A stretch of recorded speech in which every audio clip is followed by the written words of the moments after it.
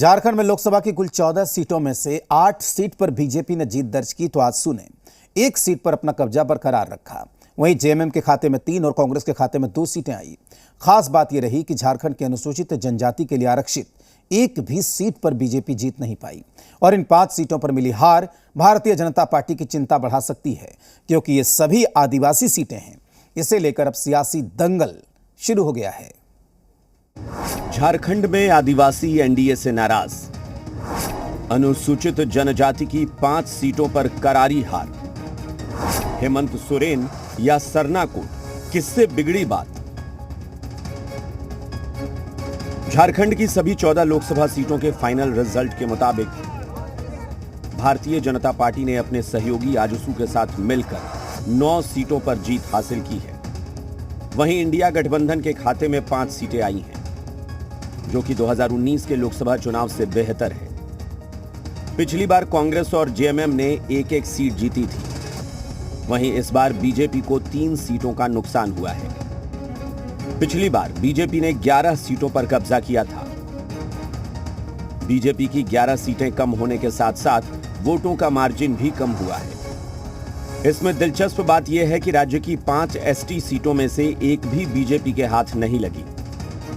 सिंहभूम, खूंटी, राजमहल, दुमका और लोहरदगा की Lok Sabha seat India गठबंधन के खाते में चली गई, और वो भी तब जब झारखंड में भारतीय जनता पार्टी के प्रदेश अध्यक्ष और नेता प्रतिपक्ष आदिवासी हैं। ऐसे में बीजेपी की यह शिकस्त उन्हें परेशान करने के लिए काफी है।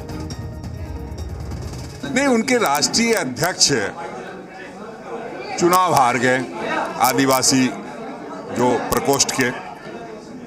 बाबूलाल मरांडी जी प्रदेश अध्यक्ष आदिवासी थे, बावजूद बुरी तरह से चुनाव उनका एक तरह से डबल डिजिट में नहीं आ पाए। तमाम आदिवासी क्षेत्रों में सुपरा साफ हो गया। प्रदर्शन तो कहें तो आशानुरूप तो नहीं रहा, लेकिन हमने ये बता दिया कि अगर लोकतंत्र के साथ झारखंड की जनता ने ये बताने का काम किया कि लोकतंत्र के साथ अगर खिलवाड़ किया जाए तो जनता के हाथ में लोकतंत्र की चाबी है, सत्ता की चाबी है, और जनता माकूल जवाब देती है समय पर। आदिवासी इसलिए इंडिया गठबंधन पर भरोसा कर रहे हैं क्योंकि इंडिया गठबंधन और जेएमएम उनके लिए काम कर रहा है धरातल पर, और भाजपा ने जो भी बातें कही थी वो हवाई हो गई। 15 लाख न तो अकाउंट में आया, 2 करोड़ की नौकरी भी नहीं हुई, और ऊपर से ये सरना धर्म कोड जिसे माननीय हेमंत जी ने कैबिनेट से पारित करके भेजा था, उसे भी भाजपा रोक के रखी है। वहीं भारतीय जनता पार्टी अभी इस मसले पर चुप है और हारी हुई सीटों को लेकर मंथन की बात कह रही है। देश का भरोसा, भारतीयों का भरोसा नरेंद्र भाई मोदी जी के साथ है। कुल मिलाकर के एक बात जो समझ में आता है, वो जो नेगेटिव राजनीति पूरे देश में और एक परसेप्शन जिसका कोई और छोर नहीं, जो आधारहीन आरोपों के साथ इंडिया अलायंस कुछ खास तबकों में भ्रम की स्थिति पैदा करके, जातीय उन्माद फैला करके देश के बढ़ते कदम को रोकने का षड्यंत्र कर रही थी। वो तो विफल हुआ, लेकिन कुछ सेक्टरों में या कुछ समाज तक में वो बात चली, जिसका खामियाजा भारतीय जनता पार्टी को उठाना पड़ा। कहा जा रहा है कि पूर्व मुख्यमंत्री हेमंत सोरेन के जेल जाने के बाद आदिवासी मतदाता बीजेपी से नाराज हैं।